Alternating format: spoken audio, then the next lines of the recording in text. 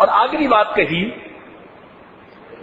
کہ الوقایۃ خیر من العلاج، پرہیز علاج سے زیادہ بہتر ہوتا ہے.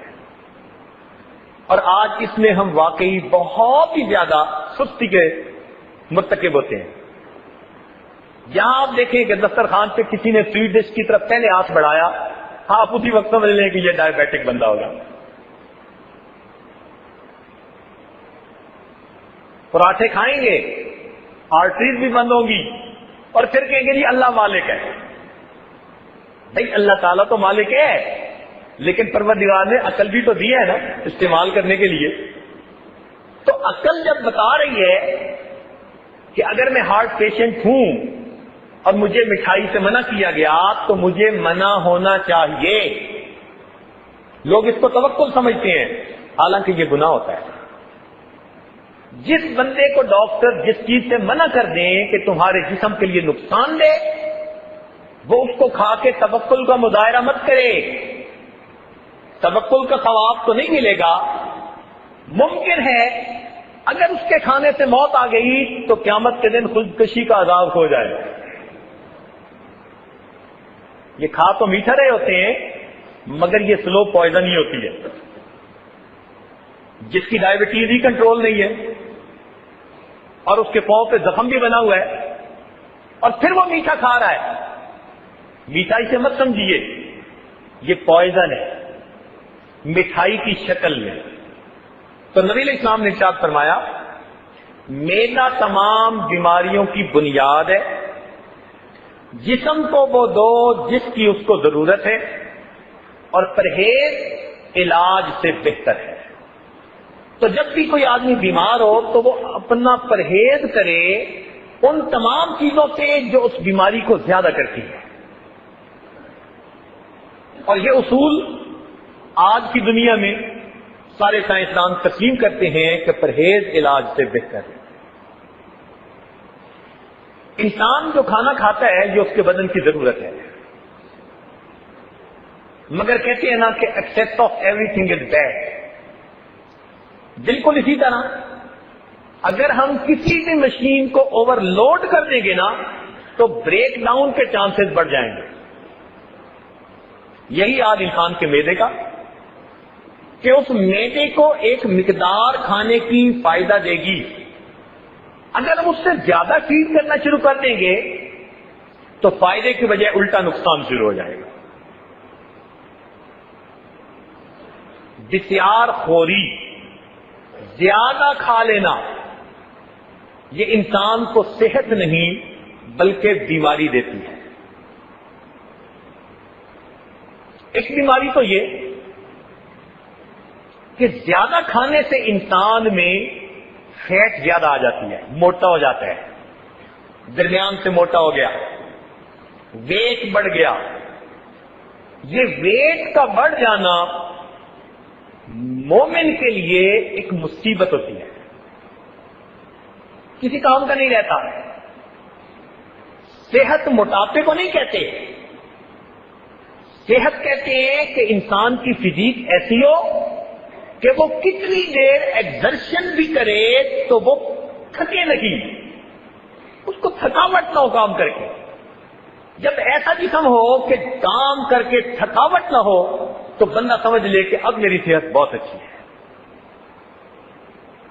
اور بسیار خوری کے بعد انسان کی حالت یہ ہوتی ہے پیدل بھی چند قدم چل لے تو اسے سانس چڑھ جاتا ہے.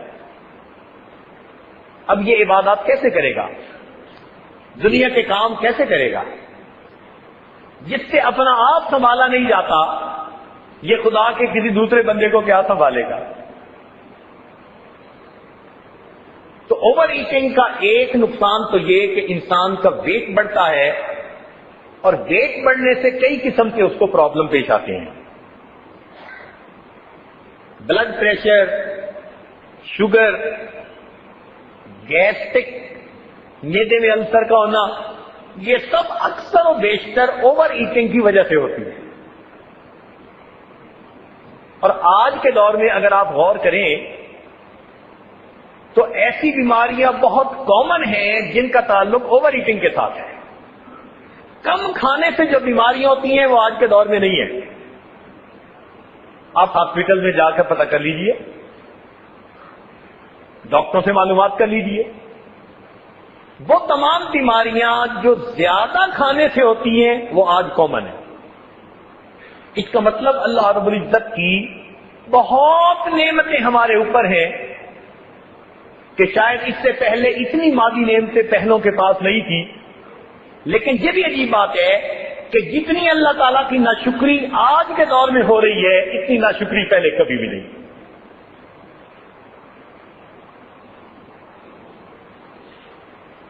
انسان کی خوراک ہمیشہ اس کی ضرورت کے مطابق رہنی چاہیے۔ اب ہر انسان کی خوراک اس کے جسم کے حساب سے اپنی ہوتی ہے، تاہم علماء نے کتابوں میں لکھا کہ جتنی انسان کو بھوک ہو اس سے 2-4 لقمے ذرا کم کھائے تو یہ بہتر ایٹنگ ہیبٹ ہے۔ ہم نہیں کہتے کہ اللہ کی نعمتیں ہو اور پھر انسان بھوکا رہے، جسم کو غذا ہی نہ دے، کھائیے، مگر کتنا کہ جتنی بدن ضرورت محسوس کر رہا ہے اس سے چند لقمے کم کھا لیجئے تاکہ خوراک اچھے انداز سے ڈائجسٹ ہو کر جسم کا حصہ بن سکے۔ آج نارملی ہم جتنا کھاتے ہیں وہ ہماری ضرورت سے بہت زیادہ ہوتا ہے۔ ایک مثال سے بات سمجھ آ جائے گی۔ شیر کے بارے میں کہتے ہیں نا جی کہ جنگل کا بادشاہ ہوتا ہے، اس کے جسم کے اندر مسل اسٹرینتھ اتنی ہوتی ہے کہ اگر کبھی کسی جانور کے سامنے وہ آ جائے تو اس جانور کی آدھی جان تو اسی وقت نکل جاتی ہے۔ ایک دہشت ہے اس کی، جس طرح سے وہ چلتا ہے، دوڑتا ہے، اس کے جسم کے جو ریفلیکسز ہیں دیکھ کے بندہ حیران ہوتا ہے، اور واقعی کہتا ہے کہ ایک ڈیزرو کرتا ہے کہ اس کو جنگل کا بادشاہ ہونا چاہیے۔ اس کی خوراک کتنی ہے؟ ہفتے میں 1 مرتبہ اسے گوشت فیڈ کیا جاتا ہے۔ ہمیں متعدد ایسی جگہ دیکھنے کا موقع ملا جہاں شیروں کی خاص نسلوں کو بریڈ کیا جاتا تھا، تو ان سے یہ کوشچن ہم نے بار بار پوچھا۔ پوری ورلڈ میں یہ چیز ہمیں کامن ملی کہ شیر کو ہفتے میں صرف 1 دفعہ خوراک دی جاتی ہے، اور وہ خوراک پورا ہفتہ اس کے لیے کافی ہوتی ہے۔ ہم نے کہا اس کو ہفتے میں 1 دفعہ دیتے ہیں، ہم تو ایک دن میں ماشاءاللہ کتنی بار کھا رہے ہوتے ہیں۔ اس وقت دنیا میں جو زیرو موجود ہیں ان میں سب سے زیادہ لانگ لیوڈ اسپیشی وہ کروکوڈائل ہے، مگرمچھ۔ اس وقت بھی مگرمچھ کی عمر 150 سال، 250 سال، 200 سال تک جا رہی ہے۔ تو سب سے زیادہ لمبی زندگی والا حیوان اس وقت زمین کے اوپر مگرمچھ ہے، اور اس کی جو مسل اسٹرینتھ ہے وہ بھی سب سے زیادہ، یعنی اگر شیر کا بازو بھی یہ اپنے جبڑے میں لے لینا تو بازو کو کٹ سکتا ہے، وہ چھوٹ کے واپس نہیں جا سکتا، اتنی مسل اسٹرینتھ ہے۔ اب اس پر ریسرچ کی گئی کہ اس کی لمبی زندگی اور اس کی مسل اسٹرینتھ اتنی زیادہ ہونے کی وجہ کیا ہے، تو پتہ چلا کہ اس جانور کی خوراک بہت تھوڑی۔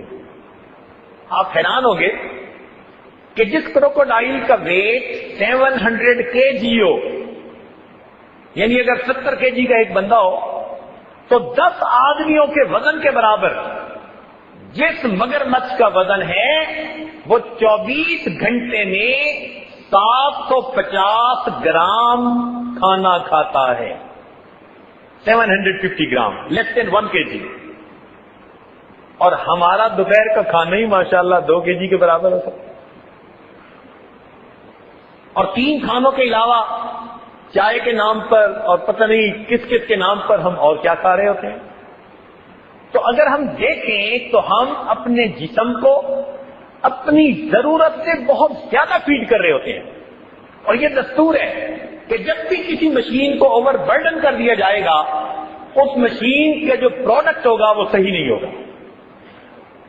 وہی ہمارے جسم کا حال ہے کہ چونکہ بہت زیادہ فیڈ کر دیتے ہیں تو ہمارے جسم میں پھر چربی بڑھنی شروع ہو جاتی ہے. ہمارے جسم میں جو طاقت آنی چاہیے پھر وہ نہیں آتی. اچھا، ہم جب اوور ہیٹ کرتے ہیں تو دماغ ہمارے جسم کے اندر جو خون ہوتا ہے نا، اس کو جسم کے آرگنز کے اندر ڈسٹریبیوٹ کر رہا ہوتا ہے. جیسے فائر فائٹنگ کوئی کرتے ہیں نا کہ جہاں ضرورت ہے وہاں زیادہ توجہ دو. تو جب ہم بہت زیادہ کھا لیتے ہیں، ہمارا دماغ ڈسیژن لیتا ہے کہ بدن کو میں سب سے زیادہ خون کی ضرورت سٹامک کو ہے. تو ہمارا ایک بڑا شیئر بلڈ کا وہ سٹامک کی طرف ڈائیورٹ ہو جاتا ہے. ہمارے دماغ میں اس وقت بلڈ تھوڑا پہنچ رہا ہوتا ہے، اس لیے غنودگی طاری ہوتی ہے. زیادہ کھا لینے کے بعد جو غشی سی طاری ہوتی ہے یا غنودگی سی طاری ہوتی ہے، اس کی بنیادی وجہ کہ جسم کے اعضاء میں سے بلڈ کم کر کے دماغ نے سٹامک کو بھیجا. اس کو ڈائجسٹ کرنا مصیبت پڑ گئی ہے، اب اس عمل کو کیجیے تو باقی جسم کے تھوڑا حصہ ملتا ہے تو بندہ پھر لیزی بن جاتا ہے، سویا رہتا ہے. تو اس کے کتنے سارے نقصانات ہیں. بہترین ایٹنگ ہیبٹ یہی کہ جتنی ضرورت انسان کو محسوس ہوتی ہے اس سے کچھ لقمے کم کھائے تاکہ وہ اچھی طرح انسان کے جسم کو ہضم ہو کر خوراک مل سکے. چنانچہ ایک حکیم کے بارے میں آتا ہے کتابوں میں کہ مدینہ آ گئے اور وہاں آ کر انہوں نے کچھ دن زندگی گزاری. ان کا خیال تھا کہ مدینہ میں کوئی حکیم نہیں تو میرا کام اچھا چلے گا. مگر کتنے دن گزر گئے کہ ان کے پاس کوئی آیا ہی نہیں. تو وہ نبی علیہ السلام کی خدمت میں حاضر ہوئے، کہنے لگے جی کہ میں تو اس لیے آیا تھا کہ میرا کام اچھا چلے گا اور یہاں تو میرے پاس کوئی آیا ہی نہیں.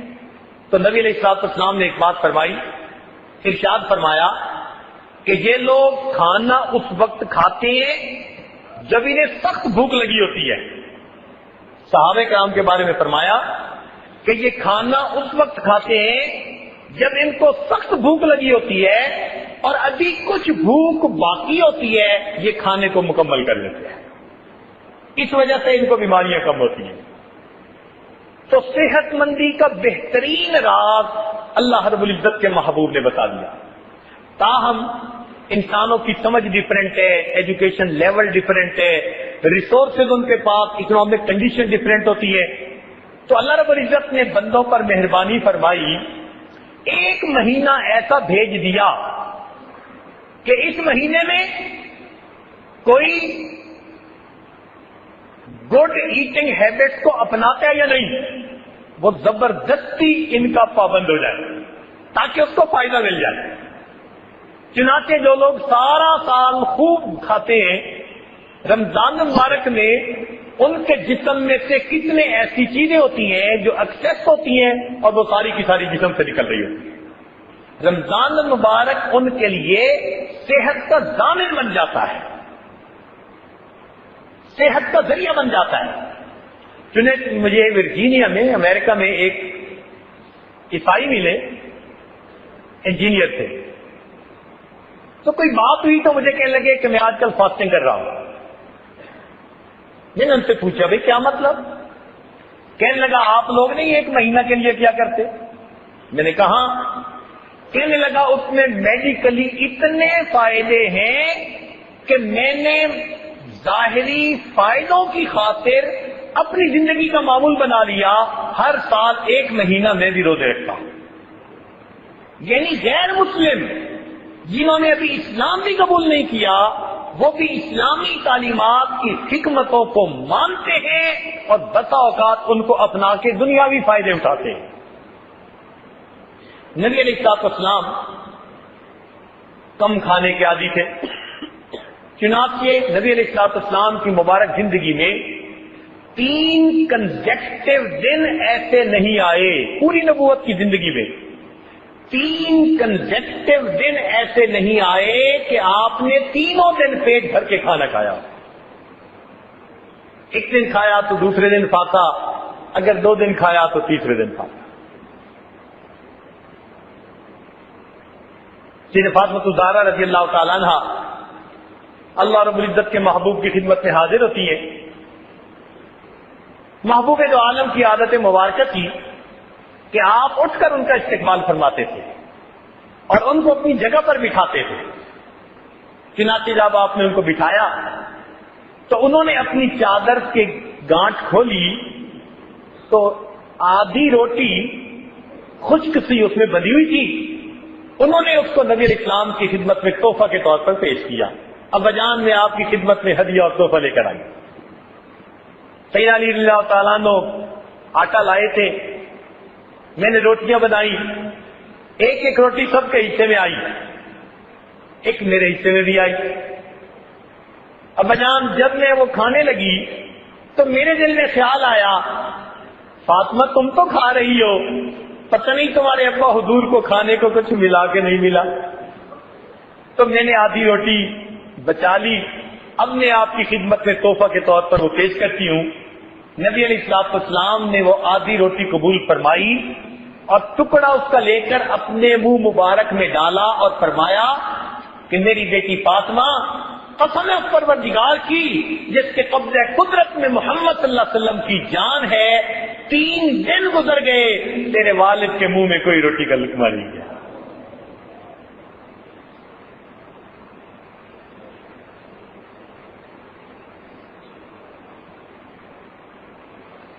جتنے بھی دنیا میں مشاہیر گزرے, اگر کبھی آپ ان کی زندگی کو دیکھیں نا اس ایسپیکٹ سے کہ وہ کتنا کھاتے تھے, تو یہ چیز آپ کو کامن نظر آئے گی کہ ان کی خوراک بہت واجبی تھی, نارمل سی تھی, وہ اوور ایٹ نہیں کیا کرتے تھے.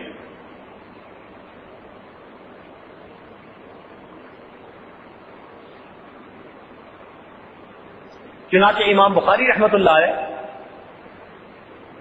کو اللہ رب العزت نے ایسی ذہانت دی تھی کہ ان کو لاکھوں حدیثیں یاد تھی. تو ایک مرتبہ ان سے پوچھا گیا کہ آپ دن میں کتنا کھاتے ہیں, تو فرمانے لگے کہ میں آج کل 10 بادام کھا کر اپنے کام میں مصروف ہو جاتا ہوں اور میرا پورا دن اسی کے اوپر گزر جاتا ہے. 10 بادام, لیکن وہ تو 10 بادام پہ وقت گزار لیتے تھے. ہمیں تو اللہ رب العزت نے بہت زیادہ نعمتیں دی, تاہم اتنا تو ہو کہ ہم اتنا کھائیں جو ہمارے لیے فائدہ مند ہو جائے.